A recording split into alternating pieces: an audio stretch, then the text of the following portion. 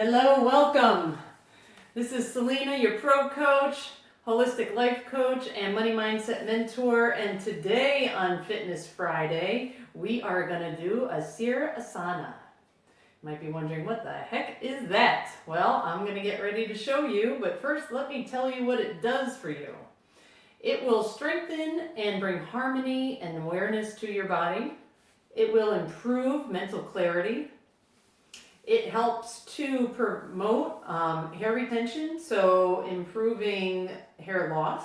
It calms the brain, increases your focus. It is very therapeutic for headaches and migraines.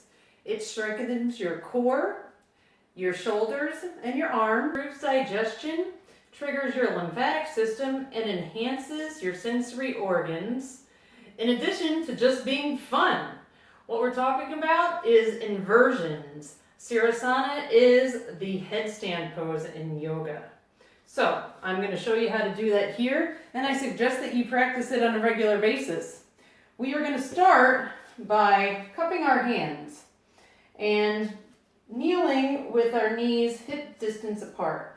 You bring your elbows in close to your body so that they are relatively the same width of your abdomen.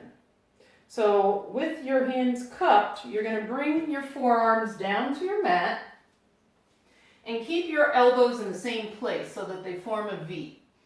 And what you're going to do with your cupped hands is you're going to bring your head just below the crown of your head to your hands. You don't want to rest your head on your fingers because you could cut off the circulation, bruise your finger, or even break your finger. So we don't want to do that. It's just kind of there for support.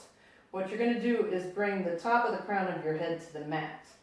So bringing your elbows down to the mat, bringing the right above your forehead to the mat, and then let the back of the crown of your head rest in your fingers.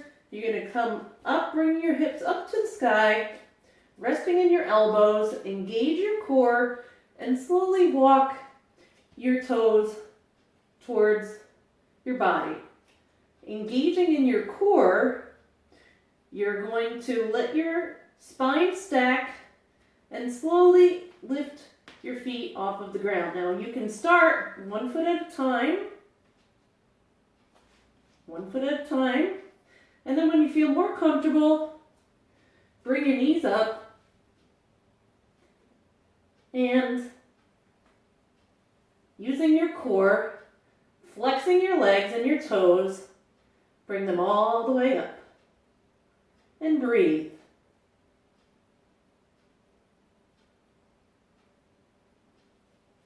Slowly coming down. Now you don't want to sit up too quickly because you're going to get a head rush. So come into a child's pose, kind of turn your head from side to side. Take a couple breaths here. And then slowly walk your hands back up and come into a seated position. And there you have it, Sirsasana. Why don't you give it a try? And if you can, maybe have somebody help you and post a picture of yourself. The other variation you can do is by using a wall. And what you're going to do is the same kind of process, but you're going to use the wall to walk your feet up. So again, your elbows are close into your body. You're going to bring them down to the ground. And with the wall as your guide, you can walk your feet up. And you can stay here if you'd like. You're still going to get the same benefits. But to engage your core, you're going to want to come off of that wall.